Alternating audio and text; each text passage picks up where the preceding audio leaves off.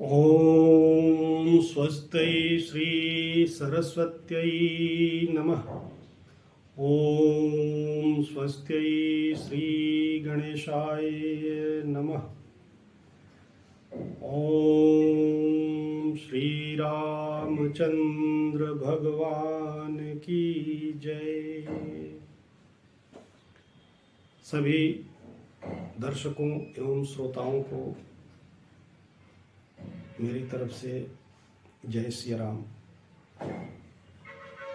आज हम सभी राम कथा प्रेमी, राम कथा के रसिक, राम कथा महिमा का बड़े ही संक्षेप में वर्णन भी करेंगे और सुनेंगे भी, कथा कहेंगे भी, कथा सुनेंगे भी। ये कथा रामचरितमानस में गोस्वामी जी ने अवधि में लिखा है, अन्यथा हमारे जितने भी शास्त्र और ग्रंथ हैं सब संस्कृत में लिखे हुए हैं, लेकिन गोस्वामी जी ने हम सबके ऊपर बड़ी कृपा की कि इसको गांव की ठेठ भाषा अवधि में लिखा, जिससे हमारे और आप जैसे कम पढ़े लिखे लोग भी इसको समझ सकें, पढ़ सकें और इस कथा के रस का आनंद ले सके। गोस्वामी जी लिखते हैं शुरू में ही कि रामचरितमानस यही नामा, सुनत श्रवण पाई विश्रामा। यह रामचरितमानस पढ़ने से, सुनने से मन को बड़ी शांति मिलती है, बड़ा विश्राम मिलता है। और इस रामचरितमानस की कथा को सरोवर कहा है गोस्वामी जी ने।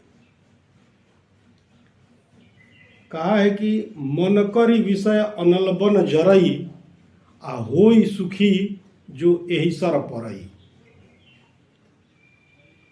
मन करी विषय, मन रूपी हाथी के जो विषय हैं, यानी जो सांसारिक विषय में हम लोग उलझे रहते हैं, परेशान रहते हैं, यह मन रूपी हाथी अपने विषयों के साथ, यानी अपने इंद्रिय विषयों के साथ दावानल की अग्नि में जल रहा है। परंतु यह जलता हुआ हाथी रूपी मन अगर राम कथा रूपी मान सरोवर में एक बार गोता लगा ले तो उसको बड़ी शांति और विश्राम मिलता है। सरोवर तो उसके, सरोवर देख रहे हैं, सरोवर के 4 घाट होते हैं और इस राम कथा रूपी सरोवर के चारों घाट पर कथा चल रही है। हर एक घाट पर एक वक्ता, एक श्रोता।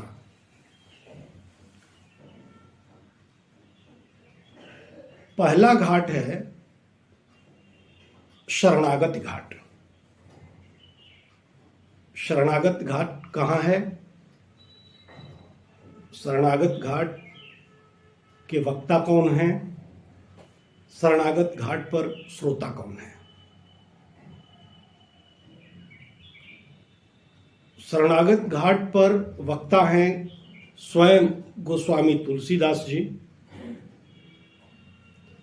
और 80 घाट पर बैठ करके कथा कह रहे हैं। 80 घाट कहाँ है? काशी में, जिसको बनारस भी कहते हैं, उसी काशी के 80 घाट पर गोस्वामी तुलसीदास जी बैठ करके यह राम कथा कह रहे हैं।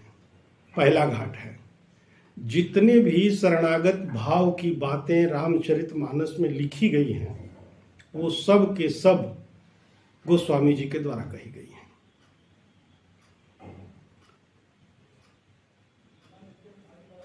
इसकी महिमा, राम कथा की महिमा हर घाट पर गाई गई है। प्रत्येक घाट पर, चारों घाट पर राम कथा की महिमा ही गाई गई है। महिमा क्यों गाई गई है? अगर आप किसी भी चीज की महिमा यानी उसका महत्व अगर नहीं जानते हैं तो उसमें आपको श्रद्धा नहीं होगी, रुचि नहीं पैदा होगी, और जब तक रुचि नहीं पैदा होगी तब तक विश्वास पैदा नहीं होगा। विश्वास पैदा नहीं होगा तो उससे आपको कोई लाभ नहीं होगा। अतः विश्वास दिलवाने के लिए आपके अंदर श्रद्धा का उत्पन्न होना आवश्यक है, और श्रद्धा उत्पन्न होने के लिए उसकी महिमा का जानना बहुत ही जरूरी है, बहुत ही आवश्यक है। इसीलिए राम कथा के चारों, राम कथा रूपी सरोवर के चारों घाट पर चारों वक्ता राम कथा की महिमा के बारे में ही बात कर रहे हैं। तो गोस्वामी जी शरणागत घाट पर, काशी के 80 घाट पर महिमा कह रहे हैं राम कथा की, और सुनने वाला कौन है? या तो गोस्वामी जी का स्वयं का मन सुन रहा है, या गंगा की धारा सुन रही है, या वहां पर जो अन्य संत महंत बैठे होंगे वो सुन रहे हैं। तो राम कथा की महिमा में गोस्वामी जी कह रहे हैं कि राम कथा कलि कामद गाई। राम कथा इस कलयुग के लिए कामधेनु गाय है। कामधेनु गाय क्या करती है? हमारी समस्त इच्छाओं की पूर्ति करती है। यह राम कथा भी हमारी सारी इच्छाओं की पूर्ति करेगी, उनको पूरा करेगी, परंतु हमारी इच्छाएं धर्मानुकूल हो तब करेगी। हम अगर यह कहें, राम कथा सुन करके, रामचरितमानस पढ़ करके अगर हम यह कहें कि हमारा पड़ोसी बर्बाद हो जाए, इस तरह की अगर कोई कामना हमारी है तो यह कामना कभी पूरी नहीं होगी। कामना सदैव धर्म सम्मत होनी चाहिए, तब यह कथा जो है आपकी उस कामना को पूरी करेगी। दूसरा घाट कर्मकांड घाट। ये कर्मकांड घाट कहाँ है? कर्मकांड घाट प्रयागराज में है, जिसको इलाहाबाद के भी नाम से जाना जाता था। पूर्व में यह प्रयागराज था, आज पुनः यह प्रयागराज हो गया है। तो प्रयागराज में वक्ता कौन है? इस कर्मकांड घाट पर याज्ञवल्क्य जी वक्ता हैं। श्रोता कौन है? भरद्वाज मुनि श्रोता हैं। इस घाट पर याज्ञवल्क्य जी के द्वारा जितनी भी कथाएं सुनाई गई हैं, सब की सब कर्म प्रधान कथाएं हैं, कर्म प्रधान बातें हैं। तीसरा घाट कहाँ है? हिमालय के कैलाश पर तीसरा घाट है। कैलाश पर्वत भगवान भोलेनाथ का जो निवास स्थान है, वही तीसरा घाट है। और तीसरे घाट पर वक्ता कौन है? भगवान भोलेनाथ स्वयं वहां वक्ता हैं, और श्रोता हमारी माता पार्वती जी हैं।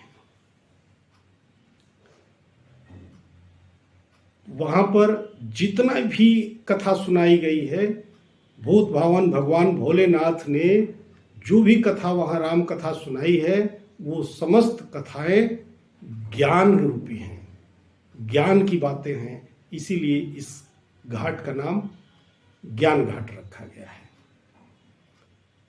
चौथा घाट उसी हिमालय पर्वत के नीलगिरी पर, नील पर्वत है, उस नील पर्वत पर कागभुसुंडी जी हैं, वो वक्ता हैं। कौवा यहां कथा कहेगा, और सुनेगा कौन? पक्षीराज गरुड़। सारे पक्षियों के राजा गरुड़ जी, जो भगवान के वाहन भी हैं, वो यहाँ श्रोता है।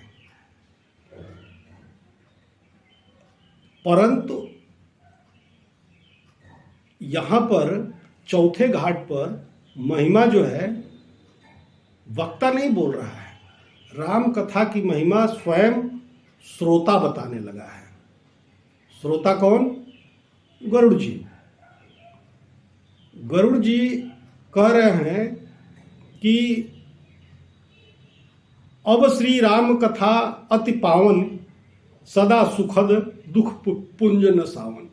राम कथा सदैव सुख देने वाली है और दुख रूपी समूहों का नाश करने वाली है। यानी इस कथा की महिमा स्वयं श्रोता गरुड़ जी ही कह रहे हैं। एकमात्र यह घाट ऐसा है जिस घाट पर श्रोता ही राम कथा की महिमा कहने लगा, अन्यथा बाकी तीनों घाटों पर वक्ता जो है राम कथा की महिमा कह रहा है।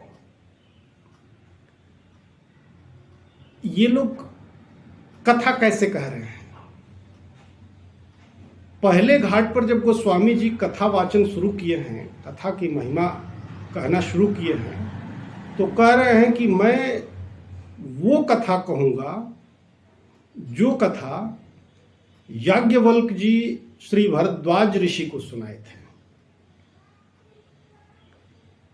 अब याज्ञवल्क्य जी भरद्वाज ऋषि को जो कथा सुना रहे हैं, तो याज्ञवल्क्य जी कह रहे हैं कि हे भरद्वाज, मैं आपको वह कथा सुनाऊंगा जो कथा कैलाश पर्वत पर भूत भावन भगवान भोलेनाथ सीता मैया को, पार्वती मैया को सुना रहे हैं।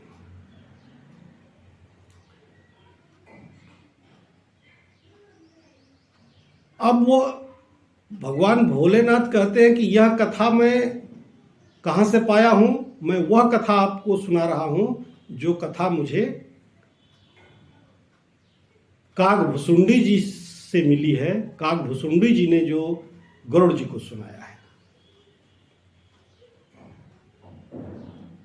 इस कथा के तारतम्य में गोस्वामी जी इन समस्त घाटों की चर्चा करते हैं और मैं कहता हूं कि इस सरोवर के 5 घाट हैं। गोस्वामी जी कहते हैं 4 घाट हैं, मैं कहता हूं 5 घाट है। और 5वां घाट यहाँ स्वयं जहाँ हम लोग कह रहे हैं और सुन रहे हैं, ये 5वां घाट है। इस पर वक्ता मैं हूं और श्रोता आप समस्त लोग हैं, सभी लोग आप श्रोता हैं इस घाट पर। यह 5वां घाट है। महिमा बताने के बाद गोस्वामी जी मानस की कथा लिखना शुरू करते हैं और शुरू में ही 7 श्लोक लिखते हैं। 7 श्लोक क्यों लिखते हैं? 7 ही क्यों? अच्छा, इस मानस में भी 7 कांड हैं। गोस्वामी जी ने 7 ही कांड लिखे हैं। 7 कांड के प्रथम अध्याय बाल कांड के प्रथम सोपान में 7 श्लोक लिख रहे हैं। पहले श्लोक में कह रहे हैं कि वर्णानामर्थ संघानाम रसानाम छंदसामपि मंगलानाम च कर्तारौ वंदे वाणी विनायको। सबसे पहले इस श्लोक में गोस्वामी जी वाणी यानी सरस्वती जी और विनायक यानी गणेश जी की वंदना कर रहे हैं। वाणी और गणेश जी यानी सरस्वती और गणेश जी की वंदना अत्यंत ही आवश्यक है, क्योंकि हमको ज्ञान चाहे जितना भी हो, बोलने की शक्ति सरस्वती जी से मिलती है। बोलने का तरीका, बोलने की शैली सरस्वती जी से मिलती है। तो माँ सरस्वती की हम वंदना करेंगे तभी हमको बोलने की क्षमता मिलेगी। परंतु अगर बोलने की क्षमता हमारे पास है और ज्ञान ही नहीं है तो हम बोलेंगे क्या? तो ज्ञान प्राप्त होता है श्री गणेश जी से। इसीलिए ज्ञान चाहिए गणेश जी से और उस ज्ञान को बोलने की क्षमता चाहिए सरस्वती जी से। अतः गोस्वामी जी प्रारंभ में ही पहले ही इन दोनों लोगों की वंदना किया। दूसरे श्लोक में कह रहे हैं कि भवानी शंकरौ वंदे श्रद्धा विश्वास रूपिणौ याभ्याम बिना न पश्यन्ति सिद्धा स्वांतस्थमीश्वरम। एक साथ भूत भावन भगवान भोलेनाथ और मां पार्वती की वंदना करते हैं। दोनों की वंदना क्यों करते हैं? मां पार्वती जो हैं ये श्रद्धा हैं और भगवान भोलेनाथ विश्वास है। जब तक श्रद्धा और विश्वास दोनों नहीं मिलेंगे तब तक राम कथा का रस आपको किसी कीमत पर प्राप्त नहीं हो सकता। इसलिए श्रद्धा अगर हमारे अंदर पैदा करनी है तो माँ पार्वती की वंदना करनी पड़ेगी, और विश्वास अगर पैदा करना है तो भूत भावन भगवान भोलेनाथ की वंदना करनी पड़ेगी। तीसरे श्लोक में गोस्वामी जी कह रहे हैं कि वंदे बोधमयम नित्यम गुरुम शंकर रूपिणम। तीसरे श्लोक में गोस्वामी जी सिर्फ शिव जी की वंदना करते हैं, वो भी शिव रूप में नहीं, गुरु रूप में वंदना करते हैं। शिव जी गुरुओं के भी गुरु कहे जाते हैं, यह शास्त्रों की मान्यता है, ग्रंथों की मान्यता है। इसलिए गुरु की वंदना शिव रूप में या शिव की वंदना गुरु रूप में अत्यंत आवश्यक है, क्योंकि अगर गुरु कृपा आपके ऊपर नहीं होगी तो आप कुछ भी नहीं कर सकते हैं। इसलिए गुरु कृपा प्राप्त करने के लिए शिव जी को गुरु रूप में वंदना करनी चाहिए। चौथे में गोस्वामी जी कह रहे हैं, चौथे श्लोक में सीता राम गुणग्राम पुण्यारण्य विहारिणौ वंदे विशुद्ध विज्ञानौ कविश्वरा कविश्वरम। इस श्लोक में गोस्वामी जी कविश्वर श्री वाल्मीकि जी की वंदना करते हैं और कपीश्वर श्री हनुमान जी की वंदना करते हैं। फिर पांचवें में उद्भव स्थिति संहार कारिणीम क्लेशारिणीम सर्वश्रेयस्करीम सीता नतो हम राम वल्लभाम, सीता जी की वंदना करते हैं। यन्मायावस्वर्ति विश्वमखिलम ब्रह्मादि देवासुरा यत् सत्वादि मृषैव भाति सकलम रज्जो जथा हे भ्रमा यत् पाद प्लवमेकमेव भवाम्बोधे स्थितिर्षावताम वंदे अहम तम शेष कारण परम रामाख्यम शीसम हरिम। छठवें श्लोक में भगवान राम की वंदना करते हैं, विष्णु की वंदना करते हैं। क्यों? क्योंकि वो मायापति हैं और बगैर मायापति के कुछ हो नहीं सकता। अगर मायापति की अनुकंपा न हो तो सब कुछ नष्ट भ्रष्ट होने लगता है। मायापति की कृपा हो तो माया थोड़ा कम कुप्रभाव आपके ऊपर डालती है, इसलिए माया का होना, मायापति की वंदना बहुत आवश्यक है। सातवें श्लोक में गोस्वामी जी कहते हैं नाना पुराण निगमागम सम्मतम यद रामायणे निगदितम क्वचिदन्यो अपि स्वांतः सुखाय रघुनाथ गाथा भाषा निबंध मति मंजुल मातनोति। अब जितने भी वेद शास्त्र पुराण हैं हमारे यहाँ, उन सबको अध्ययन करने के बाद गोस्वामी जी उनका सार निकालते हैं और सार तत्व निकाल करके और इस रामचरितमानस में डाल देते हैं। सारी कथाएं नहीं हैं, सिर्फ ग्रंथों के सार इसमें हैं। कौन कौन से ग्रंथ हैं? 18 पुराण, 18 उपपुराण, 4 वेद, 4 उपवेद, 6 शास्त्र, 108 उपनिषद, परंतु अभी मात्र 11 उपनिषद ही प्राप्त हैं। 100 करोड़ से भी अधिक रामायण, रामायण शतकोटि अपारा,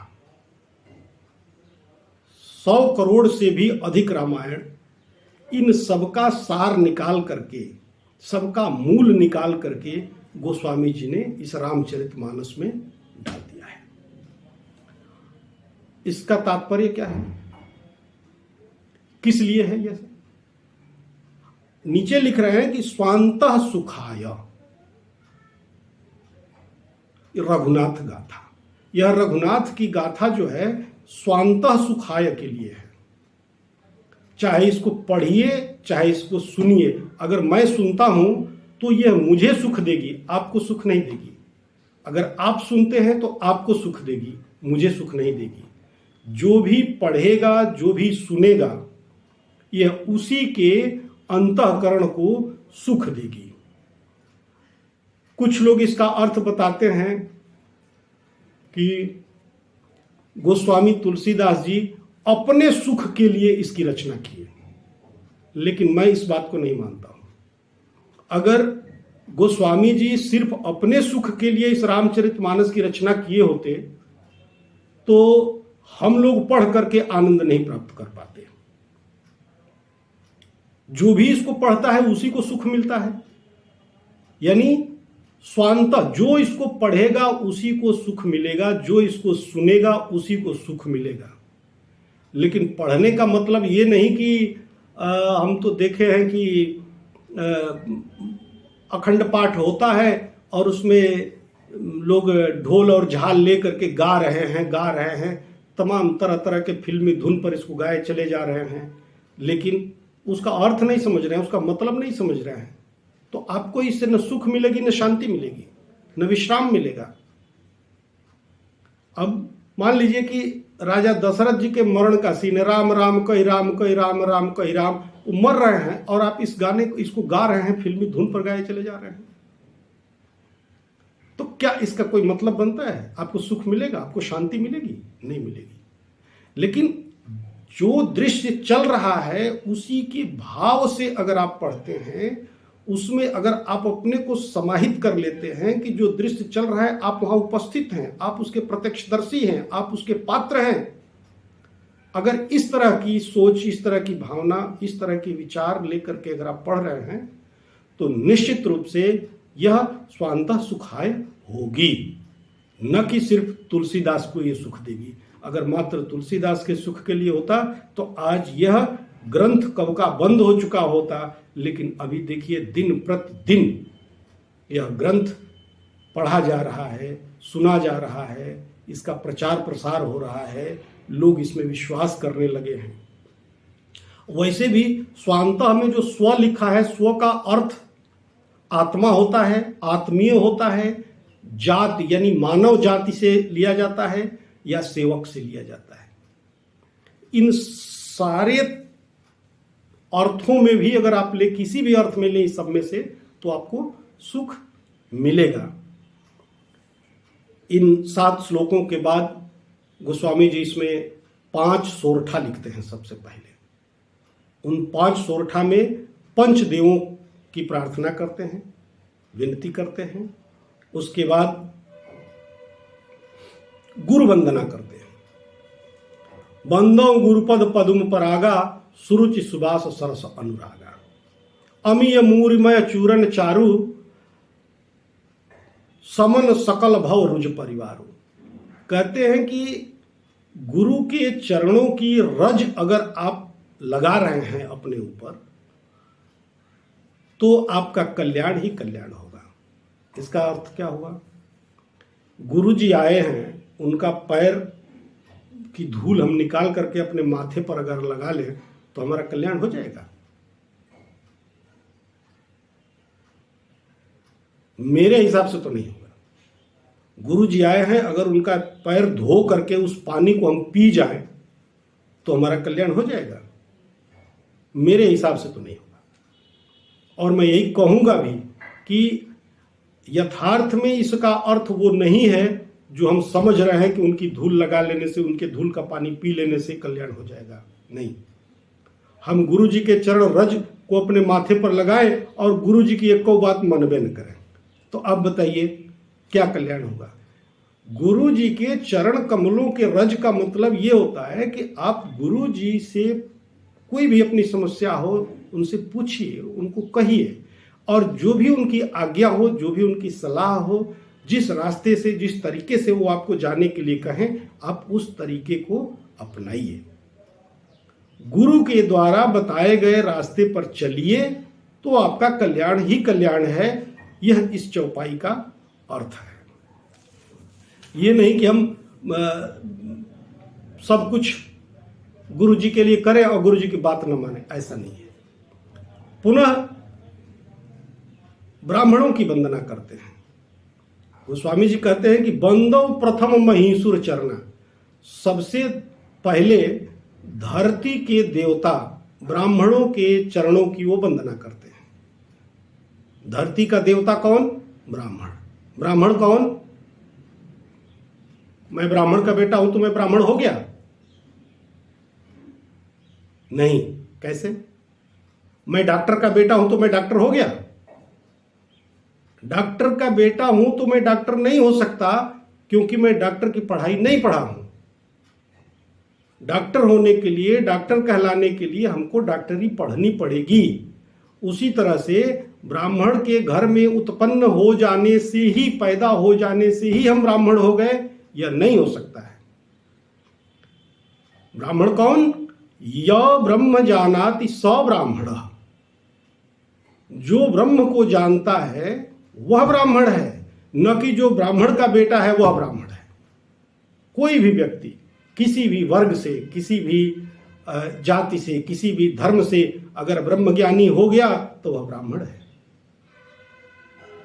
जैसे किसी भी जाति का व्यक्ति अगर कपड़े की सिलाई करने लगा तो वह दर्जी है, उसी तरह से जो ब्रह्म को जान गया, चाहे वो किसी भी समुदाय से हो, वह ब्राह्मण हो गया।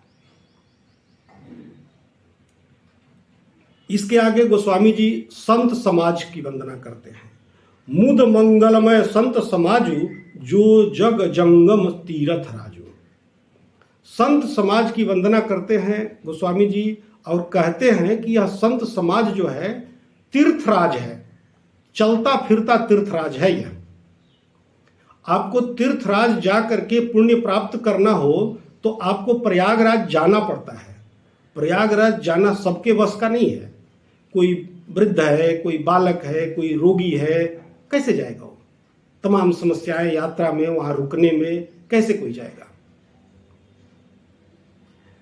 ये जो संत समाज रूपी प्रयागराज है, यह हर जगह उपलब्ध है। यह चलता फिरता प्रयागराज है। आज यहां जहां सत्संग संतों ने किया वही प्रयागराज है। आज यहां हम लोग राम कथा कह रहे हैं, यह प्रयागराज की तरह है। प्रयागराज के सारे पुण्य यहीं मिल जाएंगे अगर हम कथा मन से सुने, कथा मन से कहें।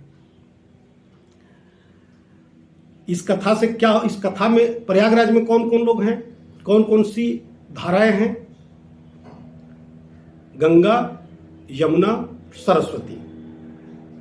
यहां भी है राम भक्ति जह सुरसरी धारा। इस चलते फिरते संतों के प्रयागराज रूपी समाज की जो राम कथा की धारा है, वही गंगा जी की धारा है। राम कथा ही इस प्रयागराज की गंगा की धारा है। और विधि निमेष कलिमल हरनि, कर्म कथा रवि नंदिनी बर। यह सही है, यह गलत है, इस तरह से कलयुग के पापों का हरण करने वाली यमुना जी का जो इसमें वर्णन है, वही प्रयागराज की यमुना जी है। यानी नियम जो इसमें बताए गए हैं, नियम जो बनाए गए हैं, वह इस संत समाज के प्रयागराज में यमुना जी का कार्य करते हैं। और सरस्वती, सरसई ब्रह्म विचार प्रचारा।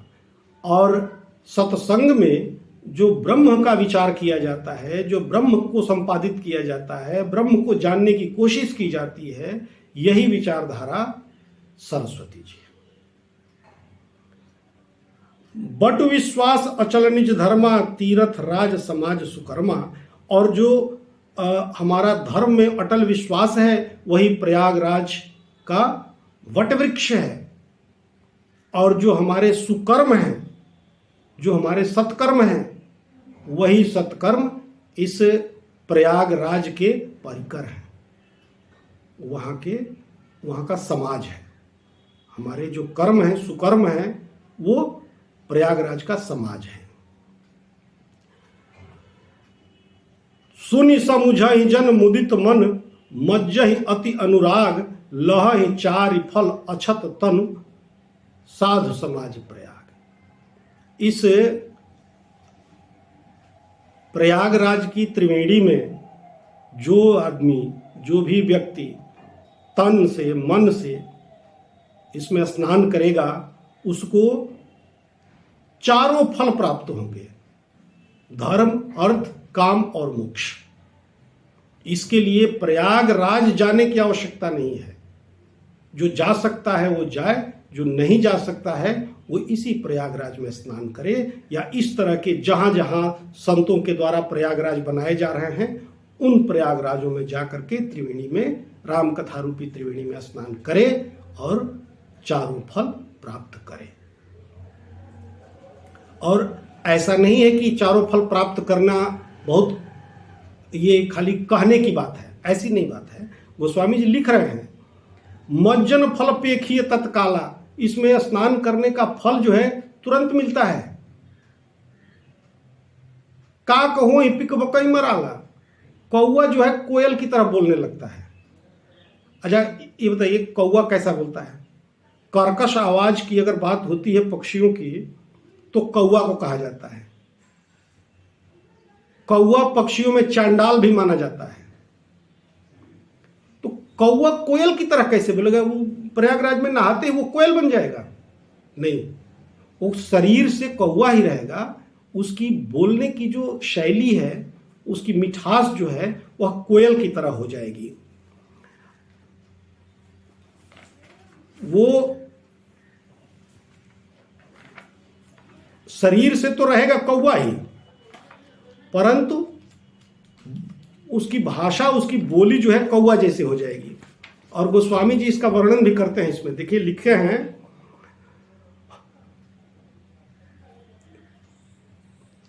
अति आदर खगपति कर किन्हा, स्वागत पूछ सुवासन दिन्हा। जब काक भुसुंडी जी के पास नील पर्वत पर गरुड़ जी गए थे सुनने के लिए, तो लिख रहे हैं कि करी पूजा समेत अनुरागा। काक भुसुंडी जी कौवा हैं, वो गरुड़ जी की पूजा वूजा करने के बाद मधुर वचन बोले तब कागा। वह कौवा मधुर वचन बोल रहा है। कौवा मधुर वचन कहीं बोलता है क्या? बोलता है। कौन सा कौवा? जो कौवा इस राम कथा रूपी प्रयागराज की त्रिवेणी में स्नान करता है, वह कौवा कोयल की तरह मधुर भाषा में बोलने लगता है। और इसी प्रयागराज जो संत लोग घूम घूम कर बना रहे हैं, इसी को सत्संग कहते हैं। सत्संग क्यों कहते हैं? और सत्संग का लाभ क्या होता है? बिनु सत्संग विवेक न होई। सत्संग इसलिए किया जाता है कि लोगों के अंदर अच्छे विचार आए, लोग विवेकशील हों। लेकिन राम कृपा बिन सुलभ न सोई। जब तक आपके ऊपर राम कृपा नहीं होगी, आप उस सत्संग को प्राप्त ही नहीं कर सकते हैं। यहाँ इस कथा को सिर्फ सुन लेने से आपको लाभ प्राप्त नहीं होगा। अब आकर के बैठे हैं और कथावाचक कह रहा है और आप दिमाग में लिए हैं कि अरे 3 मजदूर लाने हैं और वो बेटे की फीस देनी है, तो आपको आना ही नहीं चाहिए था, आपको सुनना नहीं चाहिए था। आप अपने सारे कार्यों से निवृत्त होकर के आधा घंटा, 1 घंटा, 10 मिनट, 20 मिनट जितने देर बैठें, यहाँ बैठें, तब जा करके यह आपको लाभ देगी। इस तरह से इस सत्संग में बैठने से 60 सुधर ही सत्संगति पाई। इस सत्संग को प्राप्त करके जो 60 हैं, जो मूर्ख हैं, जो वो भी सुधर जाते हैं, वो भी बुद्धिमान हो जाते हैं। इसके बाद गोस्वामी जी दुष्टों की भी वंदना करते हैं। यही तो इस राम कथा की महिमा है कि इसमें दुष्टों की भी वंदना है। बहुरी बंद खल गनसति भाए, आ जे बिनु काज दाहिने बाएं। किसी भी ग्रंथ में, किसी भी शास्त्र में आप दुष्टों की वंदना नहीं सुनेंगे। यह एक रामचरितमानस ही ऐसा ग्रंथ है, महाग्रंथ है, जिसमें दुष्ट लोगों की भी वंदना की जाती है। दुष्ट कौन? जो बिनु काज दाहिने बाएं, वही दुष्ट है। यानी जो उसका काम करेगा वो उसी के खिलाफ हो जाएगा। अगर आप किसी की भलाई करते हैं और वही आदमी बाद में आपकी बुराई करने लगे तो समझ जाइए कि वही दुष्ट है। इसी प्रकार के लोगों को दुष्ट कहा जाता है। और क्या पहचान हो सकती है दुष्ट की? आप किसी दूसरे का नुकसान ही उसको आनंद देता है और किसी दूसरे का लाभ उसको कष्ट देता है, वह व्यक्ति दुष्ट है। फिर गोस्वामी जी आगे वंदना कर रहे हैं। बंदौ संत असज्जन चरना, दुखप्रद उभय बीच कछु बरना। अब संत और दुष्ट दोनों की एक साथ वंदना करते हैं। पहले संत की वंदना किए, फिर दुष्ट की वंदना किए, अब दुष्ट और संत दोनों की एक साथ वंदना कर रहे हैं। क्यों? क्योंकि बिछुरत एक प्राण हरि लेहि, आ मिलत एक दुख दारुण देहि। संत भी बहुत कष्ट देते हैं और दुष्ट भी बहुत कष्ट देते हैं, लेकिन दोनों के कष्ट देने में एक अंतर होता है। एक जो संत है वो आपके पास आया या आप संत के पास गए, आपको संत का सानिध्य बड़ा आनंद देता है। कुछ समय तक, कुछ काल तक आपको संत का सानिध्य मिला, आप आनंद लेते रहे, लेकिन संत एक जगह रुकता नहीं है, उसको भ्रमणशील रहना होता है। जब वह आपको छोड़ करके संत जाने लगेंगे, उस समय संत के जाने का आपको बड़ा दुख होगा, आपको कष्ट होगा। तो जब संत जाने लगता है तब दुख होता है, और दुष्ट जब आता है तो आते ही वो दुख देना शुरू कर देता है। ये दोनों के दुख देने में अंतर है, और इसीलिए गोस्वामी जी दोनों को एक साथ वंदना इनकी कर रहे हैं।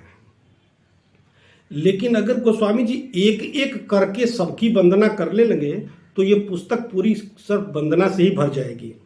इसलिए वो कह रहे हैं कि सीय राम मय सब जग जानी, करऊ प्रणाम जोरि जुग पानी। अब समस्त सृष्टि जो है, सृष्टि में जितने भी जड़ और चेतन हैं, सबको गोस्वामी जी कहते हैं कि मैं इन सबको राममय समझ रहा हूं। और चूंकि सब में राम है, सब राम में लय है, राम सब में लय है, अतः मैं इस सृष्टि के समस्त जड़ और चेतन को सीय राममय जान करके प्रणाम कर रहा हूं। इससे क्या होगा कि जब समस्त जड़ चेतन को एक बार ही सृष्टि में उन्होंने प्रणाम कर लिया तो कोई छूट नहीं जाएगा, कोई बाद में शिकायत नहीं करेगा कि हमारे बारे में तो आपने कुछ लिखा ही नहीं। आजकल निमंत्रण दिया जाता है ना, कहीं किसी आपके घर में कोई फंक्शन है तो निमंत्रण दिया जाता है, तो mister so and so with family, सब परिवार। अब उस परिवार में जितने लोग हैं सारे आगे, नहीं कि चाचा कहेंगे कि हमको नहीं बोले, भैया कहेंगे कि हमको नहीं बोले, भाई समस्त परिवार है। अगर आप उस परिवार के हिस्सा हैं तो आप आइए, आपका स्वागत है। इसके बाद गोस्वामी जी भगवान के नाम की महिमा का वर्णन करते हैं और कहते हैं, अगुण सगुण दुई ब्रह्म स्वरूपा, अकथय अगाध अनादि अनूपा, अमोरे मत बड़ नाम दुहूते, अते किए जे जुग निज बस भूते।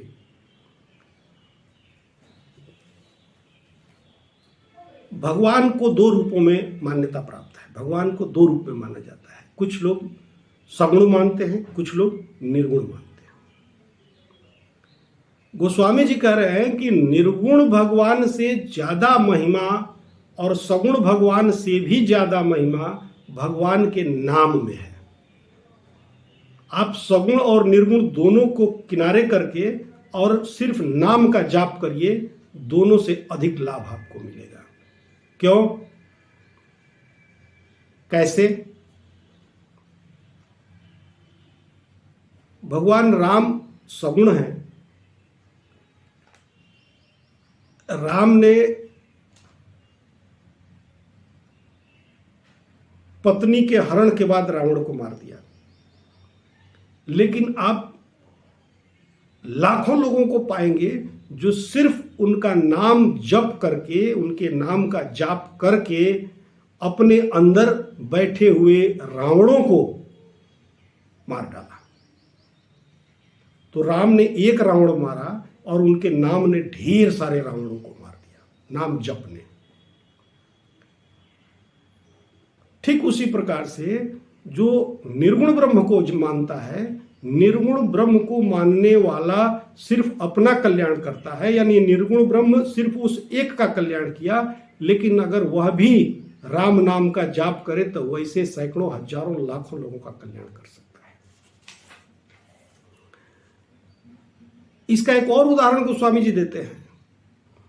राम भालु कपि कटुक बटोरा, सेतु हेतु श्रम किन्हन थोरा, नाम लेतु भव सिंध सुखाही, करहु विचार सुजन मन माही।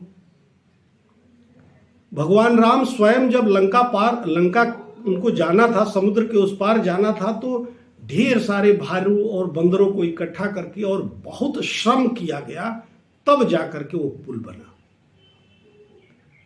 उस पार जाने की व्यवस्था हुई। लेकिन अगस्त ऋषि को देखिए, राम नाम के बल पर उन्होंने समुद्र को ही सोख लिया। राम स्वयं जब उस पार जाना चाहते हैं तो इतनी बंदर और भालुओं की जरूरत पड़ती है, कई दिन लग जाते हैं, कितना परिश्रम होता है। और उनके नाम की शक्ति को देखिए कि सिर्फ उनका नाम लेकर के ही पूरे समुद्र को वो सोख लिए। इस तरह से